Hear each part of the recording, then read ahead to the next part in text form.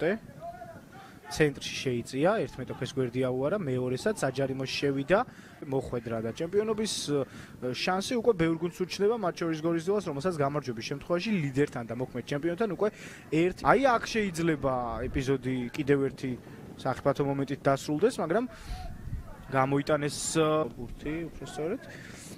ეს პასი არ არის ზუსტი, ბასინგა, ორმხრივი შეცდომები და ორმხრივი დაკარგვა.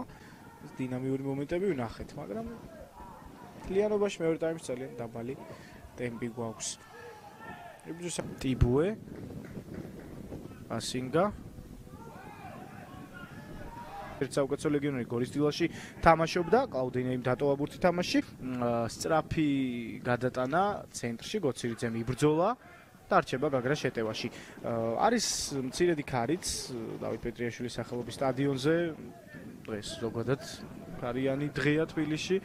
თბილისის ამუბანში კიდევ უფრო ხშირად არის ხოლმე ქარი, მაგრამ ისეთი არა ალბათ რომ რაღაც პრობლემები შეუქმნას.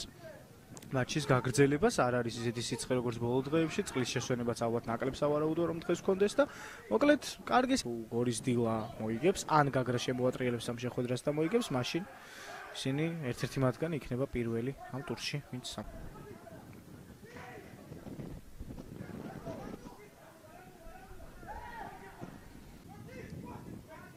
კოცირიძე ეს სწრაფად ავიგებთ მეორესაც სწორედ ნადარეიშვილმა